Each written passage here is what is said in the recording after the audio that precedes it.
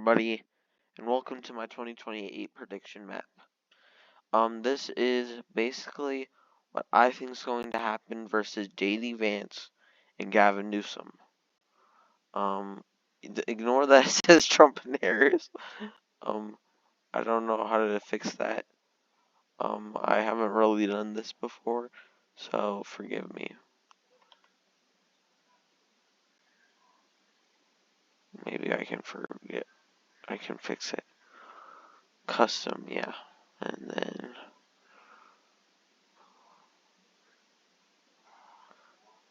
Firstly, Gavin Newsom, his solid states, alright?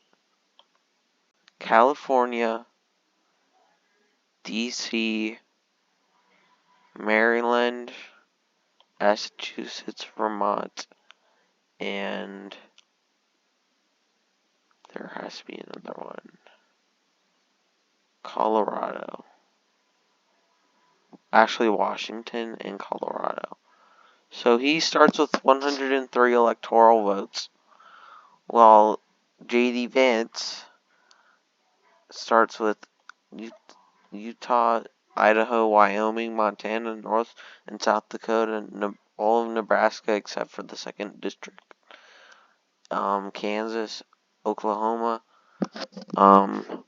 Arkansas, Missouri, Iowa, Louisiana, Mississippi, Alabama, South Carolina, Tennessee, Kentucky, West Virginia, Indiana, Florida, Texas, Alaska, and Maine's 1st district. No, not that district. Oopsie. I forgot to also add that to the solid Democrat. This is, so 202 to 104 electoral votes. Some of these states used to be lean states for Republicans, but now they have just turned into solid states. And there is one more surprise solid state. It didn't even get to a solid state last time. Ohio. My bad. That you guys need to flame me in the comments for that. But Ohio is going to be in the safe Republican column. So 219 to 104. Now let's go to the lean states.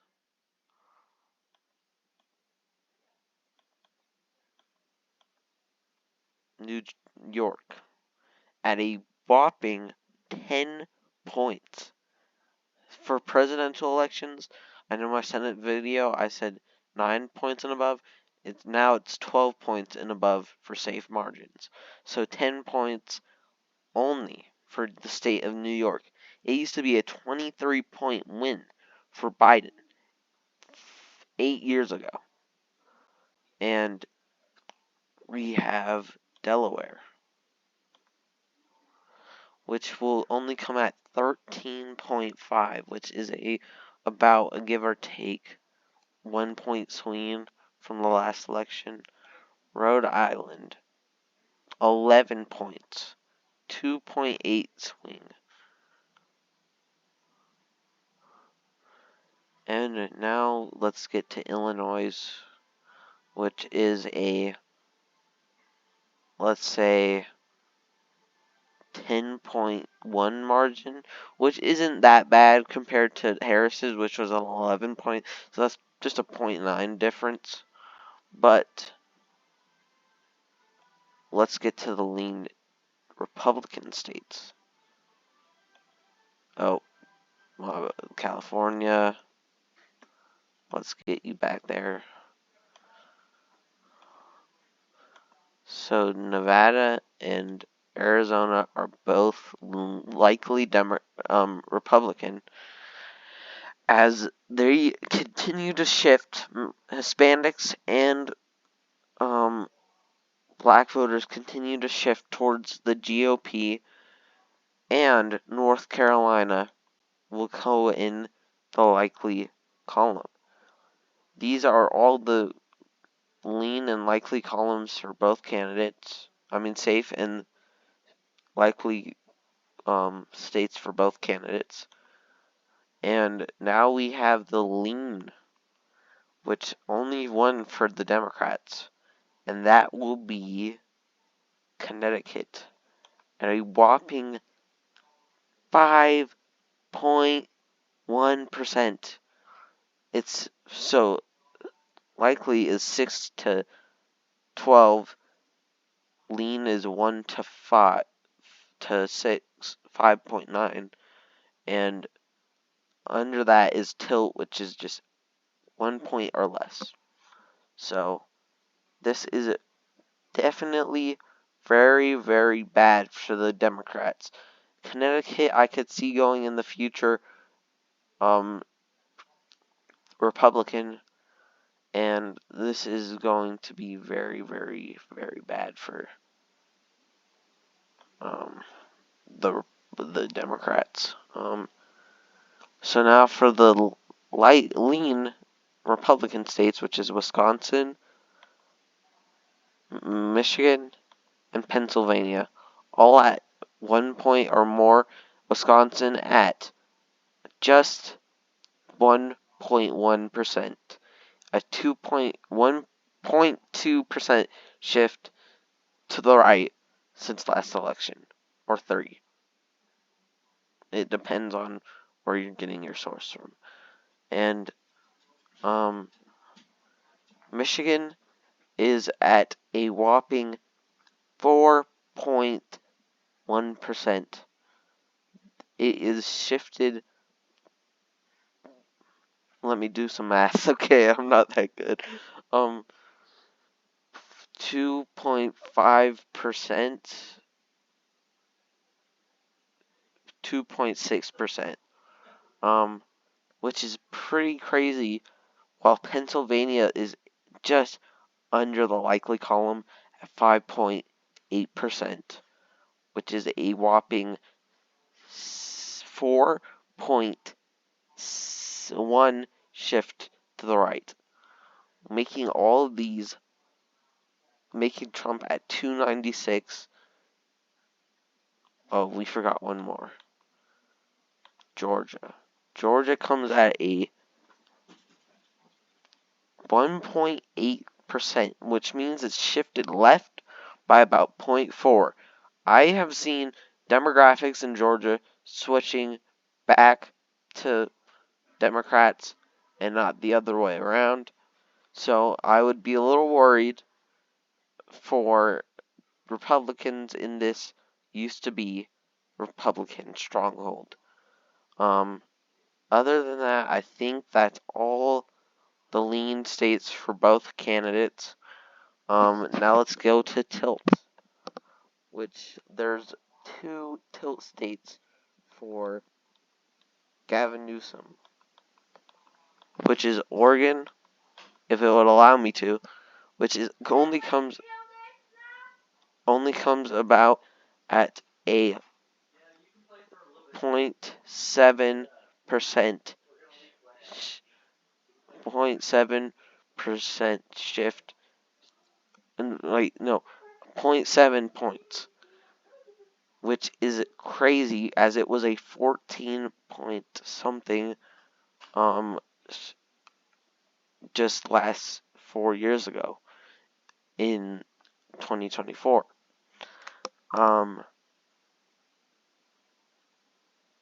And now we go to New Hampshire, which will only be 0.3% towards the Democrats, which is crazy as that's almost the margin Hillary Clinton won by last year. And last 2016. And it is crazy to think that this has shifted that much to the right, because it was at a 7.4% win for Joe Biden in 2020. And then we go to the tilt Republican states, which is Maine at large, which you might think is kind of crazy because Maine's first district is solid, but the second district and the first district get way more. Well, the first district of Maine gets more competitive, while the second district gets more Republican, making it Trump barely eke out a victory. And then we have the second district of Nebraska, which only comes about 0.4% towards the Republicans, which is crazy as it was a 4.45, give or take, last cycle.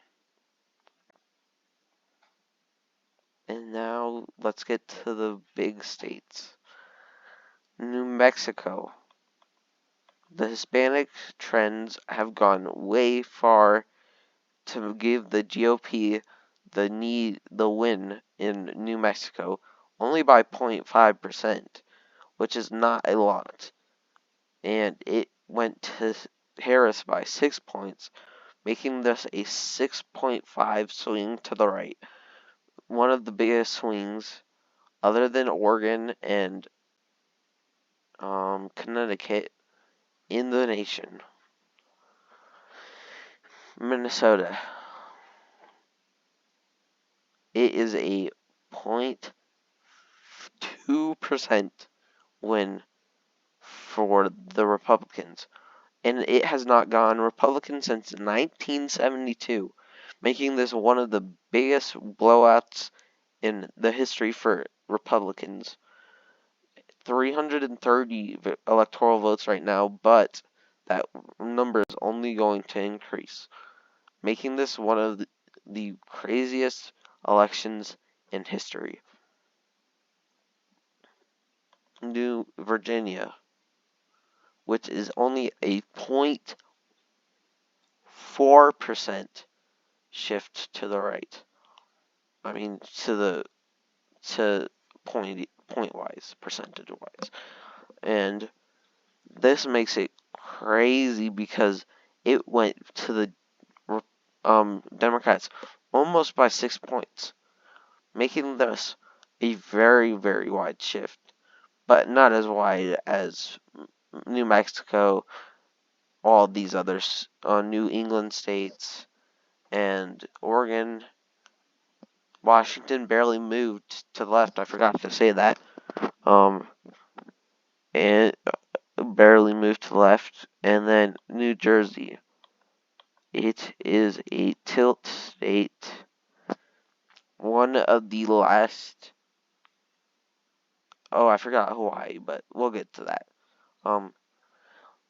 It only goes to the Republicans by 0.15%. That is crazy. That's one of the closest margins in a while, other than the Florida margin in 2000, which was about 0.08%, I think. I'm not that good. I'm not that good at remembering percentages, so forgive me. And then we have another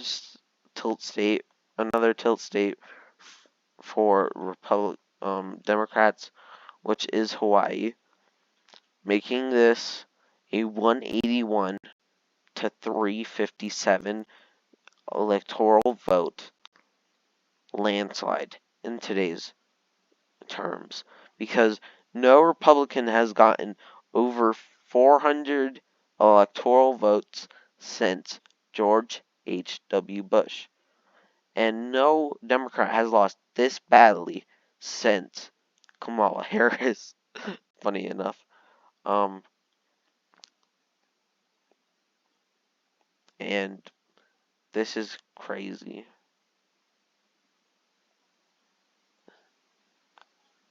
Let's see if this was one of my favorite predictions to make, because I know I absolutely hate Gavin Newsom. He is a very overrated governor, and not even overrated. He's just hated in general by Californians and everybody.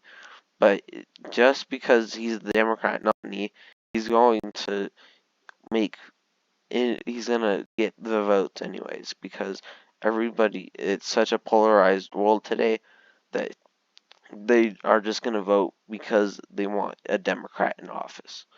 But this will be the end of the video. I hope you guys have a good day. Peace.